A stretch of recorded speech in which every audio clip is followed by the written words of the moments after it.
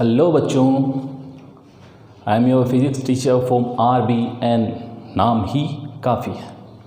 और आज हम अपनी इस वीडियो में शुरू करते हैं अपने next topic electric field intensity due to dipole. आपने कल जो टॉपिक स्टडी किया उसमें इलेक्ट्रिक डाइपोल को आपने स्टडी किया। इलेक्ट्रिक डाइपोल यानी एक ऐसा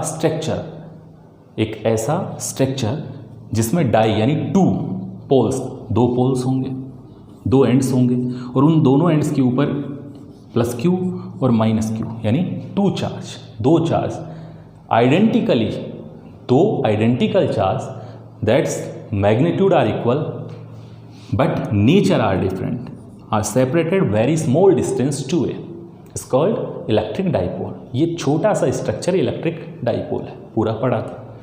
उसके बाद में हमने इसका एक और डेफिनेशन इलेक्ट्रिक डाइपोल मूवमेंट, इसी से रिलेटेड नेक्स्ट टॉपिक उसको पढ़ा। Electric dipole are indicate the symbol of P, indicate करते हैं पी से, and P is equal charge multiply distance of charges. ठीक है, means P is equal Q2A। Vector quantity था और डायरेक्शन -2 प्लस पी, वेक्टर का जो डायरेक्शन होगा माइनस से प्लस। ठीक है, इतना पढ़ा था। साथ में एक प्रॉब्लम सोल्व करा था। उस प्रॉब्लम में हमने एक न्यूमेरिकल लिया, उस न्यूमेरिकल में हमने एक इक्विलैटरल ट्राइंगल कंसीडर करा। इसके यहाँ +2Q -Q sides are A। ऐसा एक क्वेश्चन था। उस क्वेश्चन में हमने यहाँ इस सिस्टम के लिए नेट डाइपोल मूवमेंट को फाइंड आउट कैलकुलेट करा। यहाँ से ऐसे क्वेश्चंस में हमें ये पता नहीं चलता, क्योंकि अकॉर्डिंग टू डेफिनेशन हमने पढ़ा है कि two pair of charges that both are identical it means magnitude are same but naturally different are separated a very small distance is called electric dipole. यानी परिमाण में समान प्रकृति में विपरीत आवेशों का कोई युग्म जिन्हें एक दूसरे से अत्यल्प दूरी पर व्यवस्थित किया गया हो विद्युत द्विध्रुव कहलाता है। इलेक्ट्रिक डाइपोल विद्युत द्विध्रुव कहलाता है। तो इस क्वेश्चन को अगर हम उस डेफिनेशन के अकॉर्डिंग सोल्व करें तो प्रॉब्लम है, क्योंकि यहाँ ऐसा कोई भी युग्म हमें नहीं दिखाई दे रहा जिनका परिमाण समान, प्रकृति क्या हो, विपरीत हो और उन्हें अत्यल्प दूरी पर व्यवस्थित किया गया हो सकता है ये दूरी अत्यल्प हो, लेकिन यहाँ परिमाण में समान, प्रकृति में विपरीत यानी नेचरली डिफरेंट और मैग्नीट्यूड वाइज सेम चार्ज जो है वो हमें क्लैरिफाई नहीं हो रहा है। इसलिए हमने वहाँ पर ऐसी प्रॉब्लम्स को सोल्व करने के लिए एक और डेफिनेशन जो है वो क्लियर करी थी। और उसमें आपको याद होगा हमने ये पढ़ा था कि अगर आप किसी सिस्टम का net charge summation Q is equal 0 define कर देते हैं तो इसका मतलब है कि आपका सिस्टम जो है वो एक्चुअल में इलेक्ट्रिक डाइपोल है। तो यहाँ +2Q और -Q -2Q। ठीक है, तो यहाँ से ये क्लियर हो जाता है कि यहाँ भी net charge of the system is equal to 0। So given system are definitely a electric dipole. और अगर ये इलेक्ट्रिक डाइपोल है तो इसका डाइपोल मोमेंट आप कैलकुलेट कर सकते हो, जो आपने कल वाले वीडियो में किया था। वैसा ही एक क्वेश्चन अगर हम वापस लें तो हम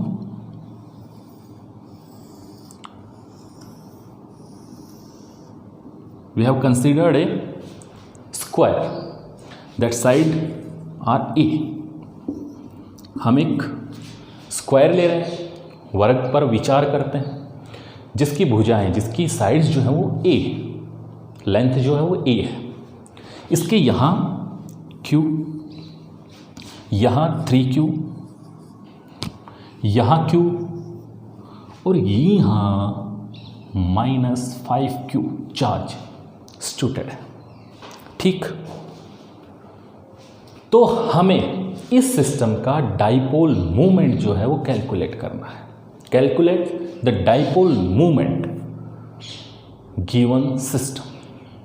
अब बात वही, अगर आप बेसिक डेफिनेशन से खोजबीन जारी करेंगे तो यहाँ आप किसी भी तरीके से ये पता नहीं कर सकते कि आपको मिला हुआ स्ट्रक्चर जो है वो इलेक्ट्रिक डाइपोल है, क्योंकि वहाँ सीधा सा लॉजिक ये काम करता है कि दो चार्ज हैं, परिमाण समान है, प्रकृति विपरीत है, अत्यल्प दूरी पर हैं, डाइपोल है। तो वो परिभाषा, वो डेफिनेशन यहाँ अप्लाई नहीं होता।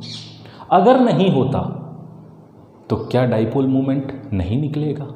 नहीं निकलेगा। क्यों निकलेगा? क्योंकि दूसरा डेफिनेशन इस पे अप्लाई है, और दूसरे डेफिनेशन के अकॉर्डिंग सिस्टम का net charge summation Q is equal to 0 define होता है। क्यों? -5Q, Q 3Q 4Q and plus Q 5Q, +5Q -5Q net is equal 0. So given system are definitely a electric dipole. और अगर ये electric dipole है तो dipole moment calculate होगा, और होगा तो वीडियो को पॉज करना है और इसे आपको कैलकुलेट करना है। पॉज ना करो तो चाहे चलते रहने देना, देखते रहना, लेकिन मैं इसका आंसर आपको कल वाले में आपको निकालना है, चेक करना है कल वाले वीडियो में, और मैच करके देखना है कि आपने जो कैलकुलेट किया और कल हम जो मिलकर करेंगे वो मैच करता है कि नहीं करता। इस क्वेश्चन के लिए मैं आपको छोटा सा हिंट जरूर दे देता हूँ कि डाइपोल बनेंगे कैसे। क्या करना, यहाँ Q, यहाँ -5Q, Q और 3Q में से -5Q जो है आप उसको डिवाइड कर लेना इन 3 पार्ट्स, -Q, -3Q, -Q। और जैसे ही आप ये करेंगे आप चेक करेंगे आपका -Q डाइपोल बना, और इसके लिए dipole movement direction P1 vector ऐसे आ जाएगा। ठीक है, -2 प्लस। अब चलो -Q P2 वेक्टर, या फिर ऐसे करो पहले -3Q + 3Q डाइपोल बना कि नहीं बना? बना। -3Q + 3Q direction -2 plus P2 vector, and third -Q + Q direction -2 plus P3 vector. अब यहां से पहले P1 का वैल्यू निकालो, फिर P3 का निकालो, P2 का निकालो। P2 के लिए देखो P1 Q A product of charge and between separation, Q charge separation A, same as P3 Q A and P2 जब आप कैलकुलेट करोगे तो आपको ये सेपरेशन चाहिए। ठीक है, और इस सेपरेशन को कैलकुलेट आप पाइथागोरस थ्योरम के अकॉर्डिंग कर सकते हैं। ठीक है, बेस पाइथागोरस थ्योरम के according base square plus perpendicular square is equal hypotenuse square. ठीक है, कर्ण स्क्वायर बराबर आधार स्क्वायर प्लस लंब स्क्वायर। वहाँ से आप इसका वैल्यू निकालना, P2 कैलकुलेट करना, उसके बाद में P1 P3 के लिए पहले रेजल्टेंट निकालना। रेजल्टेंट निकालोगे तो वो रेजल्टेंट अलोंग द डायगोनल आएगा, वहाँ से दोनों जो है वो एल्जेब्रिक सम में आ जाएंगे। ठीक है, करना, कोशिश करना, हो जाए आपको बधाइयाँ। ठीक है, ना हो तो कल हम मिलकर करेंगे। आज का जो अपना टॉपिक है वो है electric field intensity due to dipole. Dipole कल पढ़ा, और अब आपको उस डाइपोल के कारण विद्युत क्षेत्र तीव्रता का परिकलन करना है। Electric field intensity due to dipole at a point on the axial line on dipole. Electric field intensity due to dipole on the axial line. दूसरा परपेंडिकुलर बायोसेक्टर लाइन। ठीक है, मीन्स इक्वेटोरियल लाइन। ठीक है, आपके total board के according, board syllabus के according 2 topic हैं। ठीक है, वैसे आप पूरे स्पेस में कहीं भी इलेक्ट्रिक फील्ड इंटेंसिटी निकाल सकते हैं। टोटल डिवाइड होते हैं 3 टॉपिक, लेकिन बोर्ड सिलेबस के अकॉर्डिंग 2 टॉपिक है। एक तो एक्सियल लाइन पे, अक्ष के ऊपर, और दूसरा होता है perpendicular बायोसेक्टर, equatorial line.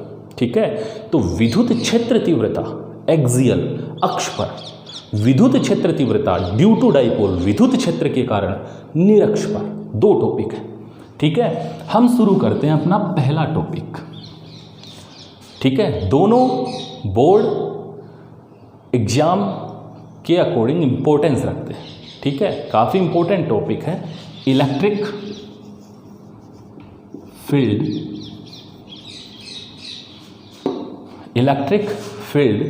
Intensity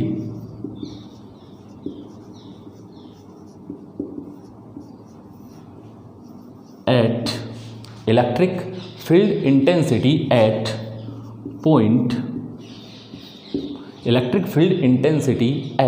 point on the axial line. Electric field intensity on the axial line on electric dipole. विद्युत क्षेत्र तीव्रता का मान किसके कारण? विद्युत द्विध्रुव के कारण। कहाँ? उसकी अक्षीय रेखा पर, यानी विद्युत द्विध्रुव के कारण उसकी अक्ष रेखा पर विद्युत क्षेत्र तीव्रता का परिकलन। सीधा सा टॉपिक है, समझें। सबसे पहले टॉपिक क्लियर करें। टॉपिक के अकॉर्डिंग जो स्ट्रक्चर जिसके रेस्पेक्ट में इलेक्ट्रिक फील्ड इंटेंसिटी को कैलकुलेट करना है, क्या है? Electric dipole. सबसे पहले डाइपोल लिया, ठीक है। ये पॉइंट ए, ये B, separation very small 2a, यहाँ -q, यहाँ +q, और ये स्ट्रक्चर जो है वही तो डाइपोल था। हो गया, इतना काम क्लियर। अब इलेक्ट्रिक डाइपोल ने जो इलेक्ट्रिक फील्ड बनाया है उसको कैलकुलेट करना। कहाँ? Axial line. तो एक्सियल लाइन पे तो एक्सिस ये होता है, एक्सिस कंसीडर करा, ठीक है। तो we have considered a electric dipole and its axis, and now we have considered a point on its axis. अब हम एक पॉइंट कंसीडर करें जिसे नॉमिनेट कर रहे हैं किससे? P से, और इस पॉइंट P के ऊपर हमें इलेक्ट्रिक फील्ड इंटेंसिटी का वैल्यू कैलकुलेट करना है। तो सोचो क्या आपका टॉपिक है, उसका आंसर आ जाएगा electric field intensity eight a point on the axial line on electric dipole. विद्युत द्विध्रुव के कारण उसकी अक्ष पर स्थित बिंदु पर विद्युत क्षेत्र तीव्रता। तो सबसे पहले विद्युत द्विध्रुव लिया, उसका एक्सियल लाइन यानी उसका अक्ष लिया, उसके अक्ष के ऊपर विद्युत क्षेत्र निकालना। अब विद्युत क्षेत्र निकालना है तो विद्युत क्षेत्र जो है वो पोजीशन पे डिपेंड करता है। तो सबसे पहले पोजीशन लिया, वो बिंदु लिया जहाँ विद्युत क्षेत्र निकालना है, और उस बिंदु पर विद्युत क्षेत्र जहाँ निकालना है उस बिंदु को हमने P मान लिया, जो कहाँ है? अक्ष पर। और अगर हम यहाँ मान निकाल देते हैं तो अपने टॉपिक का आंसर आ गया।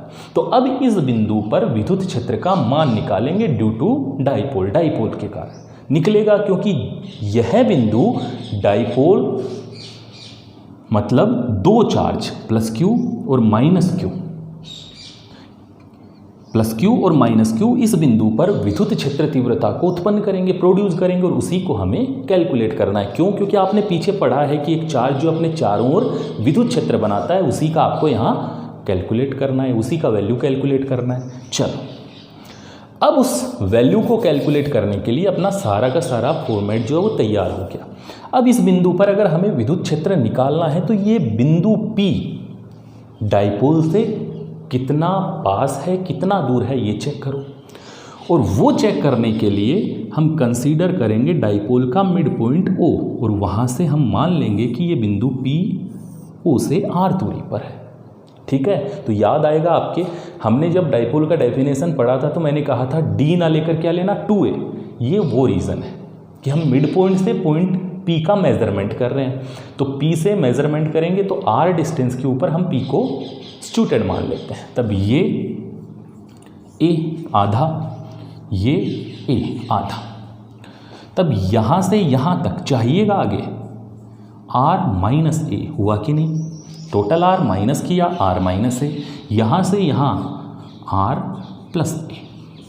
क्यों आर प्लस ए चाहिएगा? क्यों? क्योंकि पी पे वैल्यू निकालो। ठीक है, अब चलो, अब अगर कहीं भी आपको इलेक्ट्रिक फील्ड इंटेंसिटी निकालनी है तो आपने तरीका पढ़ा था कि कहीं भी अगर इलेक्ट्रिक फील्ड इंटेंसिटी निकालो तो वहाँ अपना छोटू टेस्ट चार्ज सब्स्टिट्यूट करो। तो हम मान लेते हैं यहाँ टेस्ट चार्ज है क्यू नोट। अब जैसे ही टेस्ट चार्ज क्यू नोट आप यहाँ रखेंगे, प्लस और माइनस दोनों उसके ऊपर फोर्स अप्लाई करेंगे, और फोर्स को अगर आप यूनिटली डिफाइन कर देते हैं तो वो ही बना उस पॉइंट पे इलेक्ट्रिक फील्ड इंटेंसिटी। ठीक है, एकांक धन परीक्षण आवेश पर लगने वाला बल। तो प्लस क्यू जो बल लगाएगा उसके लिए डायरेक्शन इधर आएगा, और जो डायरेक्शन बल के लिए वो ही विद्युत क्षेत्र तीव्रता के लिए। तो हम मान लेते हैं due to plus Q electric field intensity is E1। ठीक है, क्योंकि प्लस के लिए अवे फ्रॉम चार्ज। ठीक है, और माइनस के लिए टुवार्ड्स द चार्ज। ठीक है, तो माइनस क्यू इस छोटू को क्यू नोट को अट्रैक्ट करेगा, तो इसके लिए डायरेक्शन इधर आ गया। और हम मान लेते हैं जो डायरेक्शन आपको पता है फोर्स का वो इलेक्ट्रिक फील्ड इंटेंसिटी का, तो due to minus Q electric field intensity are indicate the symbol of E2। ठीक है, E2 से ले आप रिप्रेजेंट कर रहे हो। चलो, तो यहाँ पॉइंट P पे इलेक्ट्रिक फील्ड इंटेंसिटी निकालना था ड्यू टू डाइपोल। दोनों चार्ज जो है वो यहाँ इलेक्ट्रिक फील्ड बनाएंगे, एक साथ कर नहीं सकते, इसलिए अलग अलग करने के लिए हमने पॉइंट P के ऊपर सबसे पहले चार्ज Q नोट को रखा। पहले प्लस Q के लिए चेक करा E1, माइनस के लिए चेक करा E2। अब वैल्यू कैलकुलेट करें। E1 बोलो, due to a point charge electric field intensity E is equal KQ upon R square. Study किया था, तो वैसे ही electric field intensity due to plus Q at point P E1 is equal K due to Q upon separation between test and source R minus A square. Vector में define करना, vectorly define करें तो vector means direction. अब direction के लिए सोचना, एक बार समझना ठीक से। आपको पता है एक डाइपोल, अगर ये एक डाइपोल तो डाइपोल मूवमेंट का डायरेक्शन -2 प्लस, यानी ये P वेक्टर का डायरेक्शन। और डायरेक्शन जो है वो आपको पता है यूनिट वेक्टर से डिफाइन होता है। तो अगर मैं डाइपोल मूवमेंट के लिए यहाँ unit vector P cap use करूँ तो क्या P कैप का डायरेक्शन -2 प्लस ऐसे। अब अगर ये ऐसे तो देखो E1 के लिए अगर हम इस यूनिट वेक्टर को यूज करें तो कोई प्रॉब्लम थोड़ी है, नहीं है। क्यों? क्योंकि E1 वेक्टर का जो डायरेक्शन है वही डायरेक्शन डाइपोल मूवमेंट का भी है, and both are in equal direction. तो हम इसका डायरेक्शन जो है वो इसके डायरेक्शन के हेल्प से या इस यूनिट वेक्टर के हेल्प से डिफाइन कर सकते हैं। अगर कर सकते हैं तो E1 vector is equal KQ upon R minus A का होल स्क्वायर P कैप, क्योंकि आपको पता है यूनिट वेक्टर ऐसे वेक्टर्स होते हैं जिनका मैग्नीट्यूड 1 होता है और वो ओनली रिप्रेजेंट करते हैं किसको? डायरेक्शन को। तो इस मैग्नीट्यूड के ऊपर कोई इफेक्ट नहीं करेगा और P कैप E1 का डायरेक्शन डिफाइन कर देगा। Okay, equation first. चलो, now electric field intensity due to -Q at point P E2 vector KQ upon R plus A का whole square, separation R plus A calculate हो गया। Vector direction चाहिए। अब direction वापस P cap से, अब P cap का इधर E2 का इधर, इसलिए माइनस P कैप। आपको पता है अपोजिट डायरेक्शन के लिए क्या लगेगा? माइनस। चलो, इक्वेशन 2। तो electric field E1 due to plus Q at point P, E2 due to minus Q at point P।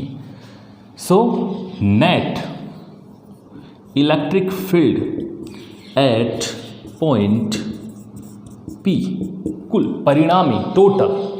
तो टोटल देखो P पर आपको तो dipole due to dipole calculate करना है, तो दोनों आएंगे, दोनों के कारण। तब दोनों के कारण जो आएगा नेट वो E vector is equal net वो E vector is equal E1 plus E2 net, परिणामी यही होगा। अब परिणामी अगर ये होगा तो equation 3 and equation first and 2 are put in 3, so E vector net is equal K Q R minus A का whole square P cap plus K Q R minus R plus A का whole square minus P cap. Any problem? No. चलो, तो यहां से वापस एक बार मिटा दें, बस अब तो खाली सोल्व करना है, कुछ नहीं है। फिजिक्स खत्म, मैथ्स शुरू, मैथमेटिक्स खाली मैथ्स का काम है, अरे खाली मैथ्स का काम है। सो ई नेट वेक्टर कॉमन क्या निकलेगा? के क्यू पी कैप। सो के क्यू कॉमन, अंदर क्या रह गया? 1 अपॉन आर माइनस ए का whole square plus 1 upon R plus A का whole square P cap, direction की साइड ही निकाल लें। अब यहाँ जो है वो माइनस आपने रखा है, अंदर ही रखा है, ये माइनस पी कैप ही लिया है बाहर, तो ये माइनस प्लस माइनस, समझे? के क्यू बाहर था, पी कैप बाहर था, लेकिन ये माइनस जो आपने वो यहीं -1 रख लिया, तो plus minus minus. So E net K Q solve करें, एलसीएम आर माइनस ए का स्क्वायर आर प्लस ए का square whole square P cap, ये cancel, R plus A multiply with 1 R plus A का square minus ये cancel, R minus A square multiply with 1 R minus A का whole square. Okay, चलो आगे बढ़ते रहें, चलते रहें। E net vector is equal K Q, solve करें, ए प्लस बी का whole square, A square plus B square plus 2ab, A minus B का whole square minus A square plus B square minus 2ab।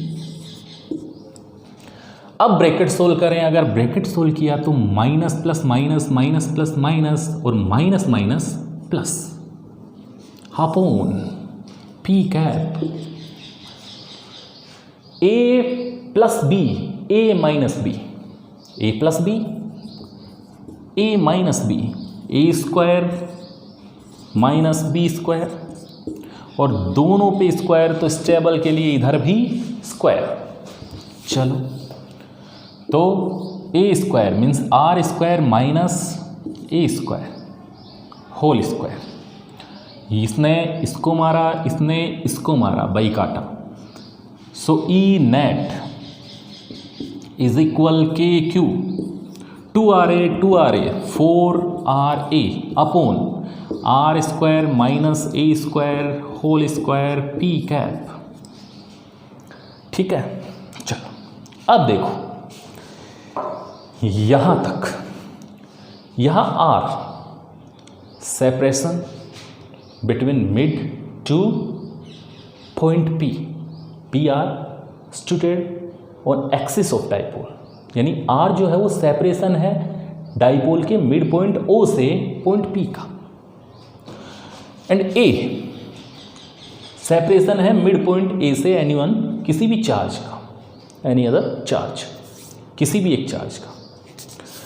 अब आपने कल लिखा था very small, ये separation जो होगा वो वेरी स्मॉल, ठीक है, मतलब इन माइक्रोमीटर, नैनोमीटर, ठीक है। और इसके रेस्पेक्ट में अगर ये वेरी स्मॉल है, मतलब ये सेपरेशन ओ से पी, ठीक है, तो अगर ये सेपरेशन हम डिफाइन करें तो ये सेंटीमीटर, ठीक है, इसमें, तो इसका मतलब ये हुआ कि ये सेपरेशन जो है वो तो पॉइंट O यानी डाइपोल के मिड पॉइंट से एक्सिस के ऊपर जो पॉइंट कंसीडर आपने करा है जिस पे इलेक्ट्रिक फील्ड इंटेंसिटी कैलकुलेट कर रहे हैं उसका है।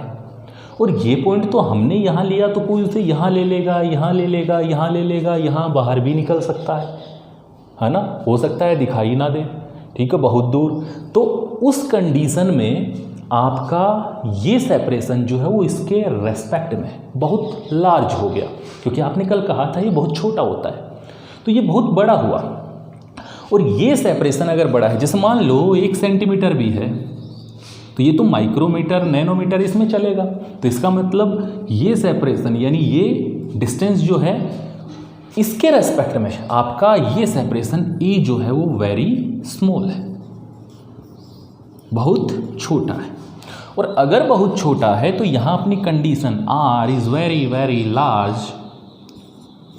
ऑफ ए हुआ, R बहुत बड़ा हुआ A से। और अगर R A से बहुत बड़ा है तो हम A को R के रेस्पेक्ट में क्या कर सकते हैं, नेग्लिजिबल, इसे आप नगण्य मान सकते हैं। अगर R A से बहुत बड़ा है तो इस कैलकुलेशन में आप A को नगण्य मान सकते हैं। तो क्या बना, E net KQ 4RA upon R square का स्क्वायर, ठीक। तो यहाँ से स्क्वायर का स्क्वायर क्या बना, क्यूब, सॉरी 4 R की पावर 4, R से R कैंसिल, काटा, ठीक। चलो बिल्कुल प्योर मैथमेटिक्स कैलकुलेशन, ठीक है, बिल्कुल सीधा काम। चलो सो E net is equal KQ क्या रहा, 4A अपॉन R क्यूब।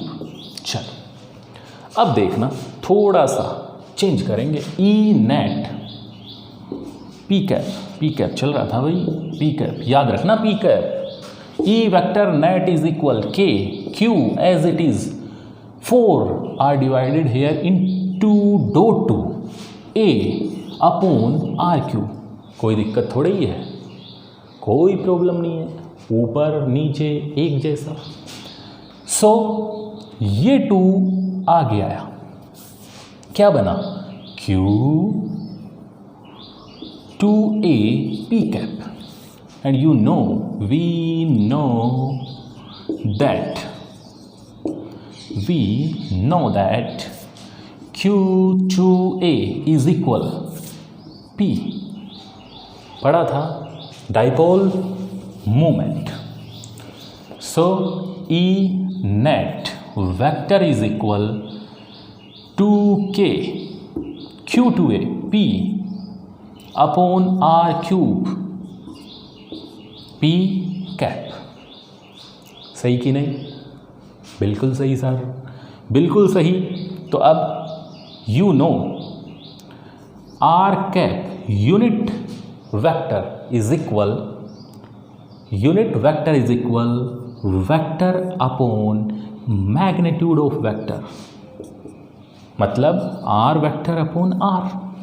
सो R वेक्टर, यहाँ से R वेक्टर निकालूं तो R vector is equal R cap R। तो वैसे ही चेक करो, P cap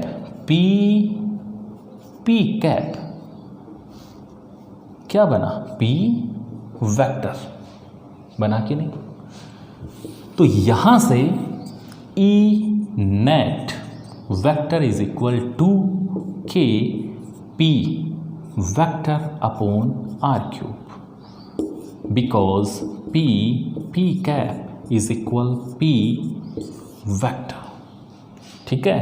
so finally E net vector is equal to K P vector upon R cube newton per coulomb oblique volt per metre, and its value are defined the electric field intensity due to dipole on its axial line।